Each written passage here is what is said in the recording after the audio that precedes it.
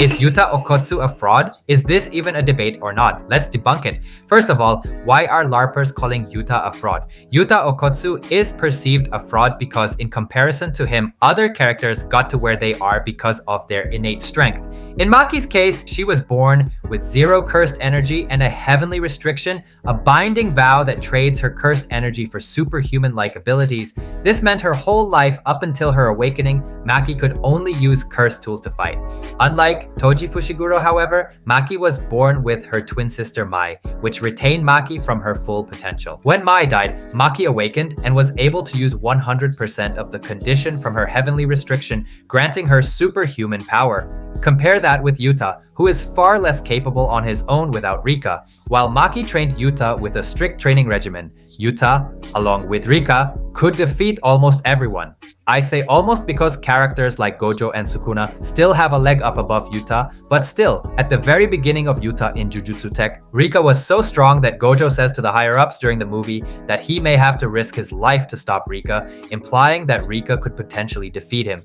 Further on, Yuta gets stronger and stronger by himself, completely independent of Rika's abilities, making the allegations that Yuta is still a fraud nullified. Yuta has proved that with his swordsmanship, reversed cursed technique, and fighting styles, he is fully capable of fighting as a top-grade sorcerer on his own. So then, why do some people still call Yuta a fraud? Well, at this point, it's probably a personal issue people have with him. You see, while people say Yuta is a fraud due to his reliance on Rika, some people only say that to cover up the fact that they hate him for not being there to help his friends in Shibuya.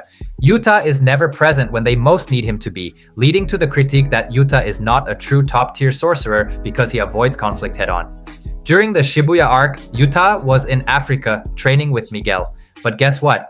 He wasn't even the one who sent himself to Africa. It was Gojo who said to Yuta, "Okay, let's send you to Africa to train with Miguel so you can get stronger."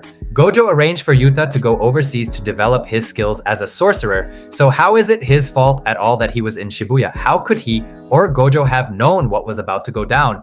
Could you still confidently say that Yuta is a fraud even after knowing this fact? Then there's the next category of Yuta haters, and those are Maki fans. Why Maki fans, you ask? Well, that is because when comparing the Yuta episode to the Maki episode, the Yuta episode blows Maki out of the water, and some fans took that personally, hating on Yuta for outshining their waifu, or something like that, IDK. The Maki episode got a 9.8 on IMDb, while the Yuta episode got a 9.9. So what happens next is rage baiters take to Reddit saying, "Notice how Maki's episode ranking is lower than Yuta's. This is a reference to the fact that women should always be behind a man." Then y'all get pressed and hate on Yuta, call him a fraud and a nobody when compared to Maki, and the cycle repeats. So, back to the original question, is Yuta Okkotsu still a fraud? The answer is no, because Yuta was not even a fraud to begin with.